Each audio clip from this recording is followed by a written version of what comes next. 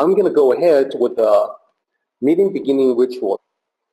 起立，面向佛堂，参加三鞠躬、一鞠躬、再鞠躬、三鞠躬，参加各位点传世一鞠躬，开班一鞠躬，请坐下。Please be seated. Well, hello everyone. It's wonderful to be able to speak with you all again.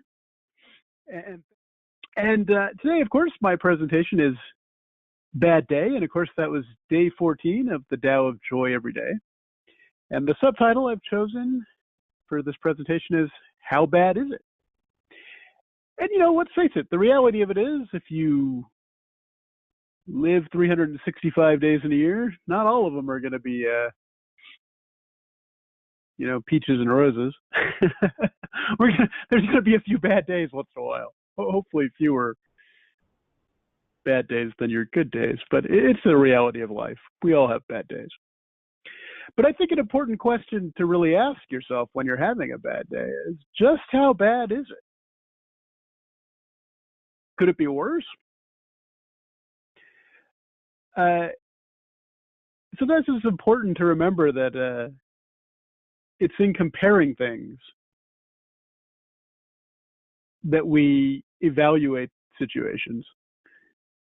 And sometimes it's good to compare the right things to change your outlook. That way you don't get locked into this bad day mentality when things don't always go exactly as we like.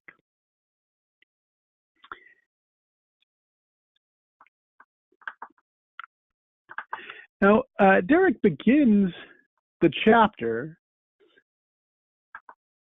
by talking about a quote from chapter 2 of the Tao Te Ching. Difficult and easy bring about each other. Long and short reveal each other. And this excerpt from chapter 2 really speaks volumes about how we look at things or how we perceive things. It's really only in the context of comparison of happiness that we understand sadness and vice versa. And I think that's true with almost every polar opposite you can think of. We know something is a certain way because of the opposite way it could be.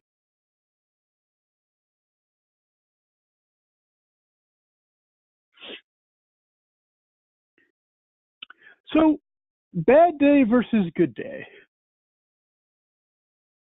There's a couple of polar opposites. And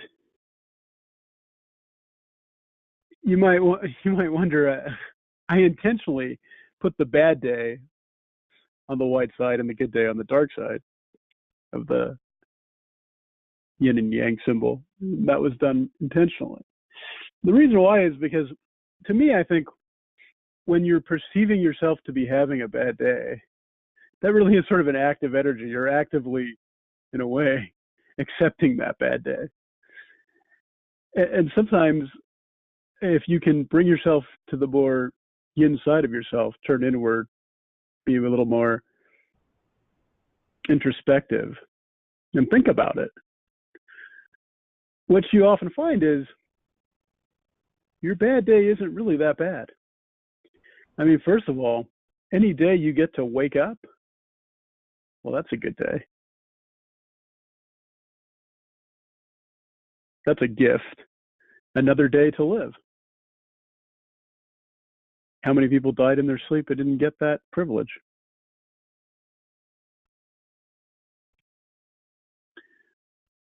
And just about anything that happens to you, it's almost a guarantee that there's someone who's having a tougher day somewhere in the world. And it's good to frame it in your mind that way. Often the difference between a bad day and a good day is just a change in perspective. Change the comparison. And in tweaking that comparison a little bit, what starts out as a bad day can get turned around. And the important thing to note is you're turning it around. We have the power to do that. Whether or not we're going to have a good day or a bad day, regardless of what happens, is up to us. Now, in the past, really before I understood the Tao teachings, or even knew to practice them or try to practice them,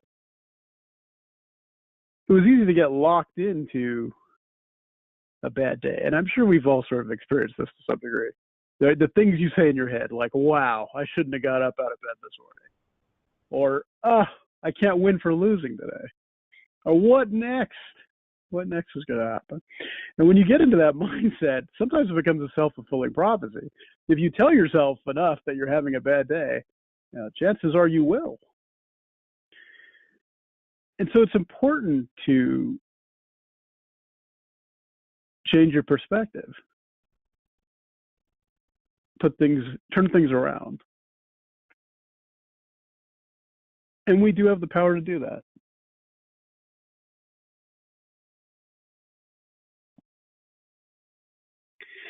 So years ago in a presentation, Derek told a story, and I'm going from memory here, so I'll look to Derek to correct me if I don't have this right. I think the story was called the Sad Lady. I think that was the name of it. And I can't remember whether or not this is somewhere on Taoism.net. I did take a quick look for it. I didn't find it, and that may not be because it wasn't there. I may just not have found it, but I don't know if he's written this anywhere or not. But I remember him telling the story at a presentation, and I'm going to retell it because I think it fits the idea of changing perspectives very well. And so what I've called this slide here is umbrellas versus lemonades. And as I tell the story, for those of you who haven't heard it before or remember it, hopefully the point will be illustrated. So the way the story goes, there's a wise person who comes to a town, and he meets this woman, and she introduces herself, and she says, "Hello, I'm the sad lady." And he says, "Well, why are you the sad lady?" And she says, "Well, that's just the way I am." And so he decides to probe deeper, and he goes, "Well, why is it that you're sad?" And he goes, "Well, you see, I have these two sons, and one has a business where he sells umbrellas, and the other has a business where he sells lemonades, cold drinks." And the sage, the wise person, is thinking, okay, well, I don't see how this is bad. You have two sons who are business owners. That seems like a good thing. What's the problem? And she says, well, when it's raining, all I can think about is all the money that my son who sells lemonade is losing, because no one wants to drink lemonade on a cold day, on a cold, rainy day. And then when it's sunny out, all I can think about is all the money my son who sells umbrellas is losing, because no one needs an umbrella on a warm day. And the sage says, okay, I understand the problem. He says, what I want you to do is this. When it's raining, when a poor weather day, I want you to focus on your son who's selling the umbrellas, and think about all the money that he's making selling these umbrellas, and how he's wisely going to put some of it aside for those days when it's not raining and there's no need for people to buy umbrellas. And he goes, and similarly, when it's a sunny day, I want you to think of your son who's selling lemonades, and think about how much money he's making selling lemonade on that day, and how he's wisely going to put somebody aside for those days when it's raining and the lemonade business isn't going to be so good on those days. And so she agrees to do this. And at some point in the future, the wise person comes back, and she runs into him, and she says, "Hi, I'm the happy lady." And he says, "Well, why are you happy?" And she says, "It's just the way I am." So I love the story. And often when I catch myself getting mired into this idea of, boy, I'm having a bad day, I try to think of umbrellas and lemonades and try to think about often what you choose to focus on can really play a big role in the reality that you will experience.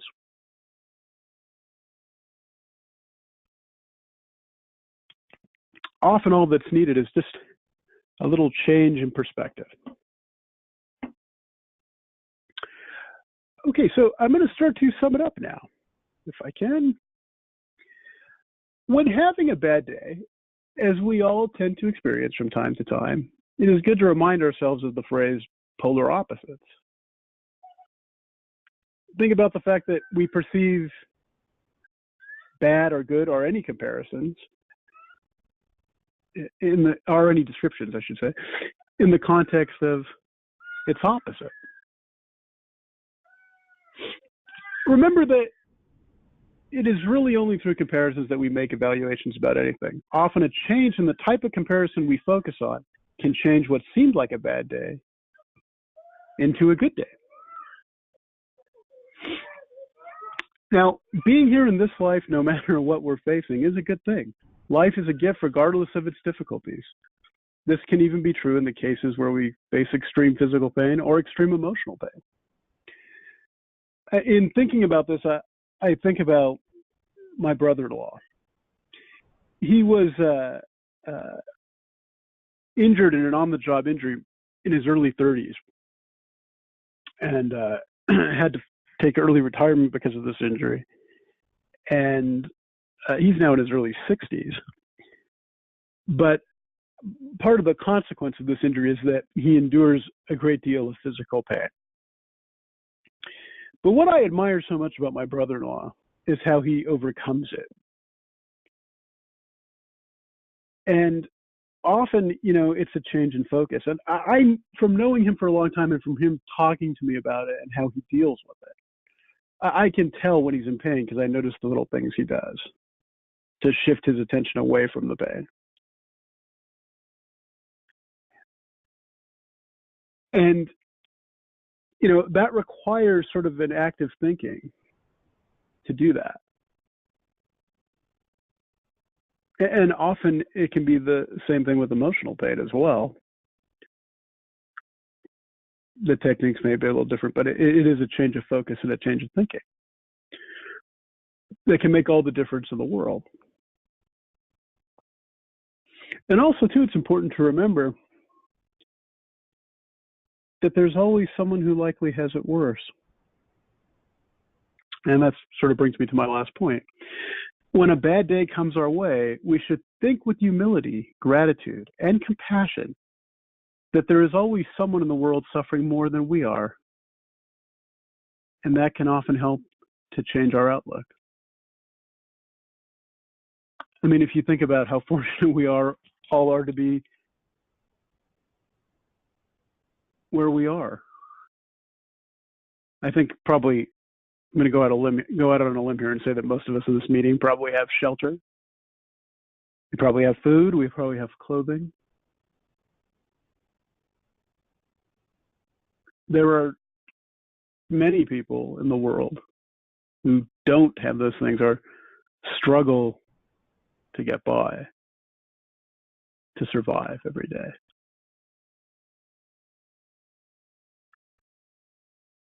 And when you look at it in that context, it's hard to accept any day that I have as a bad day.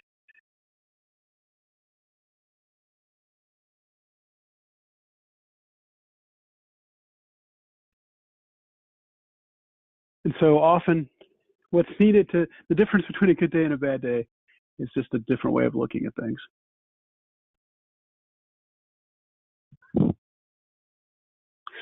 So I want to end the presentation with the book recommendation, The Tao of Joy Every Day, a great book to use daily to help one study and learn the Tao teachings and put them into action. Okay, so there it was, day 14, bad day, how bad is it? Thank you all for taking the time to listen to what I had to say today. I hope I said something that was of use, and I hope you all have a wonderful Sunday.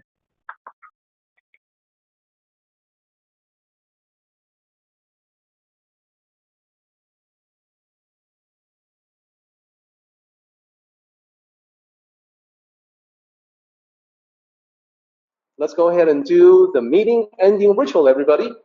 起立，面向佛堂，持架深鞠躬，一鞠躬，再鞠躬，三鞠躬，持架各位顶传十一鞠躬，斜翻一鞠躬。Well done, everybody. Thank you so much.